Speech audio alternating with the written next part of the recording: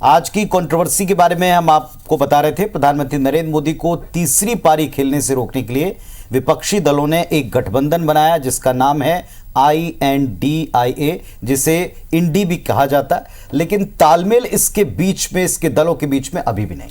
बिल्कुल, हालांकि गठबंधन लोकसभा चुनाव के लिए हुए हैं, लेकिन जैसी तकरार अभी विधानसभा चुनाव में नजर आ रही है उससे साफ जाहिर है कि इंडी अलायंस की राह आगे आसान नहीं रहने वाली जी। मध्य प्रदेश में तो सपा प्रमुख अखिलेश यादव ने कांग्रेस पर उनके साथ धोखा करने का आरोप लगा दिया। अखिलेश ने कांग्रेस को इशारों में चेतावनी दे दी है कि कांग्रेस के साथ उत्तर प्रदेश में भी ऐसा ही हो सकता है।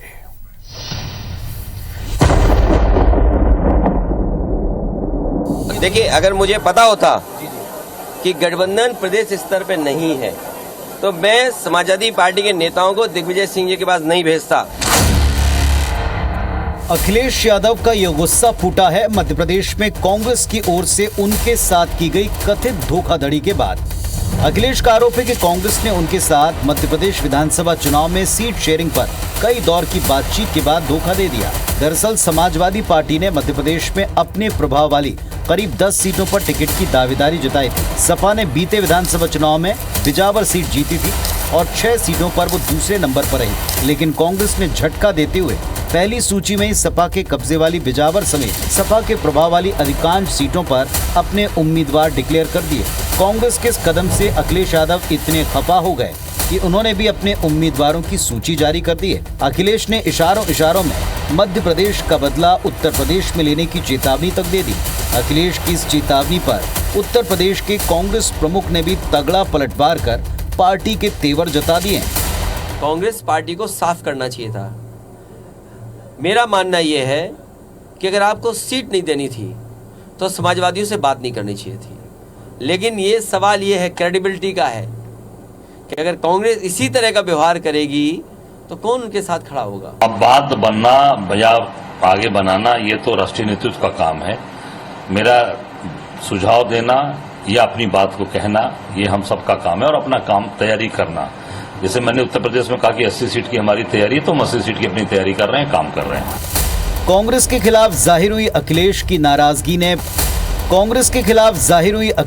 नाराजगी ने भाजपा को इंडी अलायंस पर तंज कसने का मौका दे दिया। दिल्ली में दोस्ती और राज्यों में कुश्ती, ऐसे कहीं होता है कि जब आज इस गठबंधन की स्थिति है कि आपस में लड़ रहे हैं तो इनके हाथों में देश का भविष्य कैसे होगा, प्रदेश का भविष्य कैसे होगा। जो अखिलेश यादव जी ने कल कहा है कि कांग्रेस ने सपा को उनको 1 साल तक धोखे में रखा, बातें करते रहे, बाद में धोखा दे दिया। उन्होंने इंडी गठबंधन की तो पोल खोली थी। इंडी गठबंधन का प्रमुख घटक समाजवादी पार्टी के राष्ट्रीय अध्यक्ष कह रहे हैं मध्य प्रदेश के अंदर कांग्रेस की कोई औकात नहीं है।